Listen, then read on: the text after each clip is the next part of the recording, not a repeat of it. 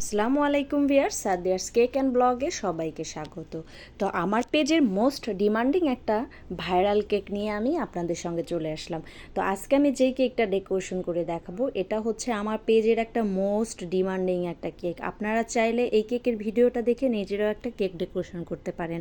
এই ধরনের কেকের ডেকোরেশন খুবই খুবই চমৎকার এবং সুন্দর। অনেকে এই ধরনের কেকের ডেকোরেশন অনেক অনেক বেশি লাইক করে। আমার কাছে তো অনেক ভালো লাগে এই ধরনের কেকের ডেকোরেশন। আপনারা চাইলে খুব সহজেই করতে পারেন। তো আমি হচ্ছে ভ্যানিলা কেকের উপরে সুন্দর করে উপরে ক্রিমটা চকলেট রেখেছিলাম, বাট কেকটা হচ্ছে ভ্যানিলা। তো যেই কেকটা করব এই কেকটার কালার কম্বিনেশনটাই এমন ছিল। উপরেরটা হচ্ছে চকলেট কালারের হবে আর ভিতরটা ভ্যানিলার কেক হবে, আর ডিজাইনটা অন্য কোনো ক্রিম দিয়ে হবে। আর পুরো ডিজাইনটা আমি কোনো নজেল ছাড়াই করব। এই কেকটার ডিজাইনটা হচ্ছে নজেল ছাড়া এবং পারফেক্টভাবে আপনার প্যানেট নাইফ দিয়ে একটা ডেকোরেশন। একটা নাইফ দিয়েই যে এত সুন্দর কেক ডেকোরেশন করা যায়, এই কেকের ভিডিওটা না দেখলে আপনারা বুঝতেই পারবেন না যে কতটা সুন্দরভাবে একটা প্যানেট নাইফ দিয়ে কেকটা ডেকোরেশন করা যায়। অনেকেই অনেক সময় চিন্তিত হয়ে যায় যে আমরা নজেল নাই কীভাবে ডেকোরেশন করব। আপনারা চাইলে কিন্তু এই ধরনের প্যানেট নাইফ দিয়েও কেকটা ডেকোরেশন করতে পারেন। তো দেখতেই পাচ্ছেন আমি কেকটা কিভাবে প্যানেট নাইফ দিয়ে ডেকোরেশন করছি। আর এই ধরনের প্যানেট নাইফ সেট ধরে অবশ্যই সব ধরনের পেজে পেয়ে যাবেন এবং ভালোভাবে কিনে নিতে পারবেন। তো দেখতেই পাচ্ছেন আমি সুন্দর করে ভালো করে প্যানেট নাইফের সঙ্গে ক্রিমটা নিয়ে আমি কি সুন্দর করে একটা ফুলের শেড দিয়ে দিচ্ছি। আর এই কেকটা আমার পেজের এতটা ভাইরাল কেক ছিল যে আমি যখন পোস্ট করি তখনই একটা না একটা কেকের অর্ডার কনফার্ম হয়ে যায়, আলহামদুলিল্লাহ। তো কেকটা আমি অনেকবার করেছি অনেক ধরনের কালার কম্বিনেশনের মধ্যে রেখে। তো এটা হচ্ছে একটা কালার, নেক্সট টাইমে আর একটা কালারের ভিডিও আমি আপলোড করব ইনশাল্লাহ।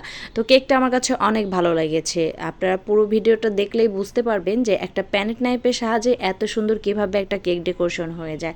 তো ফুলগুলো আমি ভালো করে দিয়ে দিচ্ছি। এই ধরনের বড় বড় পাপড়ি দেওয়া ফুলগুলো অনেক চমৎকার দেখায়, আমার কাছে তো অনেক ভালো লাগে। আর কালার কম্বিনেশনটাও মোটামুটি আলহামদুলিল্লাহ। এই কেকটা যে অর্ডার করেছিল সে হচ্ছে আমার প্রথমবারের মতো একটা ক্রেতা ছিল, যে নাকি এই সেম ডিজাইনের আমি একটা কেকের পিক আপলোড দিয়েছিলাম, তখন হচ্ছে আপুটা চয়েস করে দেন এই কেকটা আমার থেকে নেয়। তো এই জন্য হচ্ছে উনি হচ্ছে নতুন ক্রেতা ছিল আমার, এই প্রথম আমার থেকে এই কেকের ডেকোরেশনটা নেয়। আর এটা হচ্ছে 2 পাউন্ডের মধ্যে একটা হাইট কেক না হলে কিন্তু এই ধরনের ডেকোরেশন করলে আপনার কেকের সৌন্দর্য ফুটে উঠবে না। এই ধরনের ডেকোরেশন করতে হলে অবশ্যই হাইট কেকের প্রয়োজন, যার কারণে হচ্ছে আপনি হাইট কেক না করলে পারফেক্ট সৌন্দর্য তুলে ধরতে পারবেন না। এই জন্য আমি সবসময় এই ধরনের ডেকোরেশন করতে হলে হাইট কেকের মধ্যে চেষ্টা করি রাখার জন্য। তো দেখতেই পাচ্ছেন কেমন হয়েছে।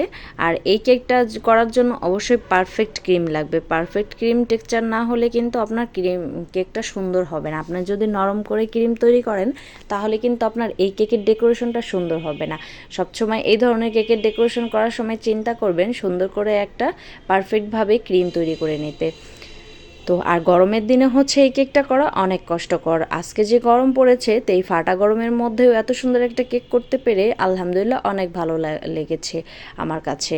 তো এই ধরনের কেক কে না পছন্দ করে, আমার তো অনেক ভালো লাগে। তো পুরো কেকটা কেমন ছিল অবশ্যই ভিডিওর মাধ্যমে লাইক কমেন্ট করে জানাবেন। আর ভালো লাগলে অবশ্যই বাসায় ট্রাই করবেন এই ধরনের কেকের ডেকোরেশন। এক একজনের চয়েস এক এক ধরনের।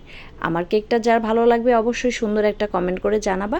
আর আমার চ্যানেলটাতে সাবস্ক্রাইব করে থাকবা।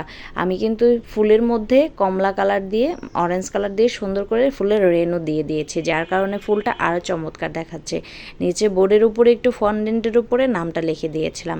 এই জন্য কেকটা আমি এই ধরনের নামই সবসময় লিখে থাকি, যার কারণে আমার কাছে ভালো লাগে। এই ধরনের ফন্ডেন্ট দিয়ে এডিবল পেন দিয়ে আমি সবসময় লেখার চেষ্টা করি। তো কেকটা অনেক হাইট হয়েছিল মাশাআল্লাহ।